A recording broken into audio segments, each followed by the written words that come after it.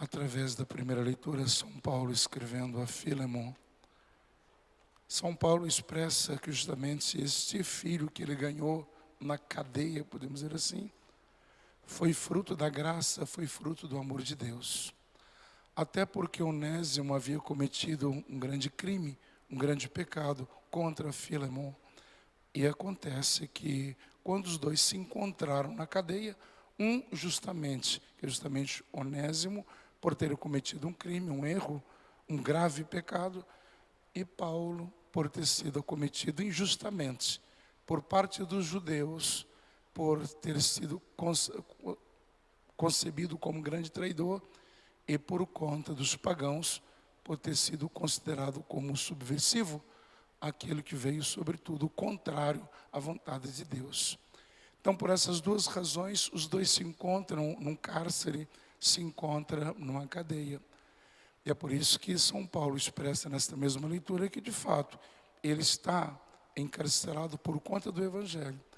Mas quando ele diz que está encarcerado por conta do Evangelho, quer dizer que o Evangelho lhe assegurou da certeza de que o homem pode prender a carne, mas a alma, o espírito, aquilo que era a sua vivacidade em relação ao crucificado e ao ressuscitado, ninguém jamais poderia prender. E com certeza foi um trabalho duro da parte de São Paulo para então converter, com a graça de Deus, conforme dizia Onésimo, porque estava cheio de si, está cheio de rancor, de ódio, até mesmo porque cometeu um erro, um grande crime, e está ali aprisionado, mas também na certeza de que estaria pagando pelo crime que ele havia cometido. E por isso então que quando ele sai da cadeia, então São Paulo tem e sente a obrigação de escrever esta carta, dizendo que o recebesse como aquele que foi libertado, aquele que agora está sobretudo para apresentar as graças de Deus naquilo que diz respeito à sua conversão. Então, por um lado, manifesta São Paulo, não é, o receio de que Onésimo não fosse aceito por Filemon ou não fosse aceito pela sociedade, porque justamente não havia procedido de forma boa, não é, ou condizente à condição humana. Por outro lado, Onésimo, que é levado, é julgado, podemos dizer, na sociedade, e que também não tem segurança nenhuma perante todo o erro cometido.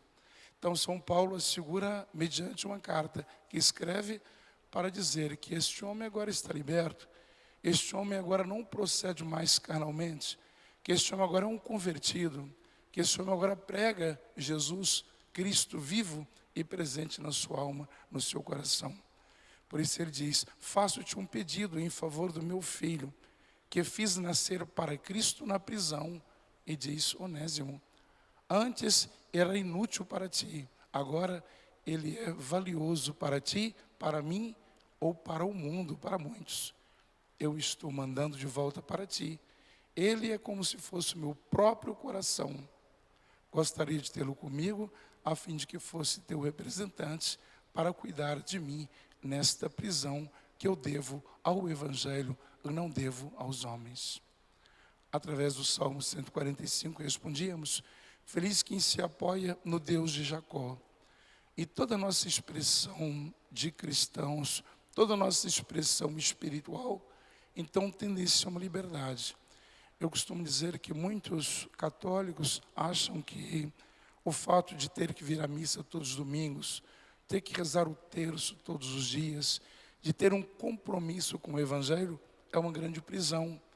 E às vezes até cumpre por alguns anos, algum tempo, mas depois tudo vai se tornando enfadonho, tudo vai se tornando como peso, como uma grande cruz.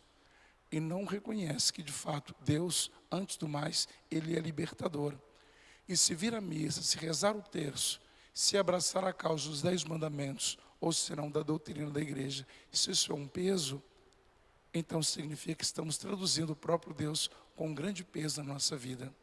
Por isso então que o autor sagrado coloca: feliz quem se apoia nesse Deus, esse Deus então que é restaurador, esse Deus que é libertador, esse Deus que ilumina, até mesmo nos momentos difíceis da nossa vida, nós a percebermos que é a luz de Deus que faz o nosso coração, porque nós não ficamos isentos das dificuldades, dos problemas, mas devemos superar na mesma graça de Deus para sermos merecedores de contemplar a sua face. Através do Evangelho, os fariseus perguntaram a Jesus sobre o momento em que chegaria o reino de Deus. Era uma preocupação daquele tempo na altura.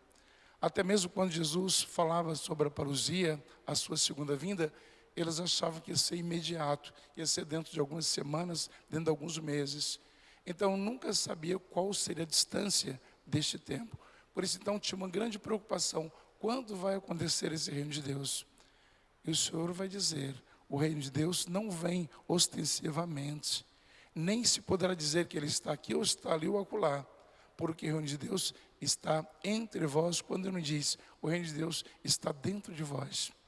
Portanto, se nós sabemos que o reino de Deus, ele compreende-se numa paz, num amor, na luz que ele então coloca dentro de nós, então por que fica à espera, ou por que fica procurando esse reino aqui ou acolá, ou se não simplesmente no mundo das ideias?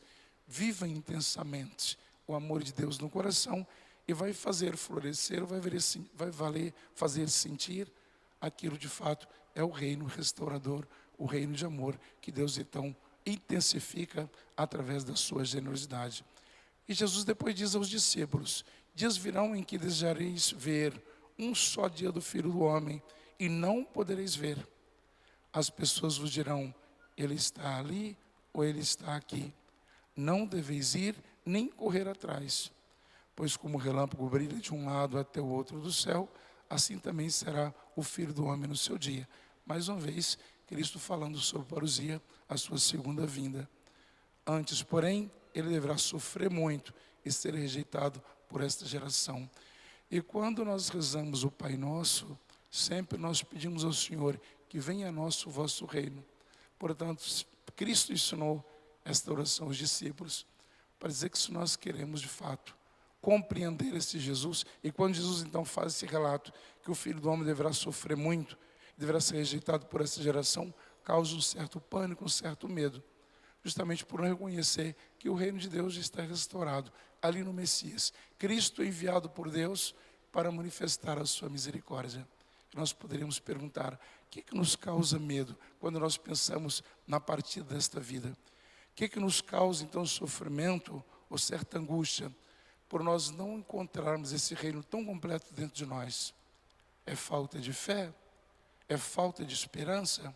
É falta de amor? Se é, então busquemos compreender tudo isso à luz do Evangelho, da Igreja dos Sacramentos, que é sinal perene, sensível e visível da própria graça de Deus no mundo em que vivemos. Portanto, o reino de Deus não está ali, não está acolá, ele está para nós, ou está dentro de nós. Nós é que promovemos constantemente perante o pouco de fé que nós temos e perante a graça santificante que Deus nos concede. Que assim seja. Amém.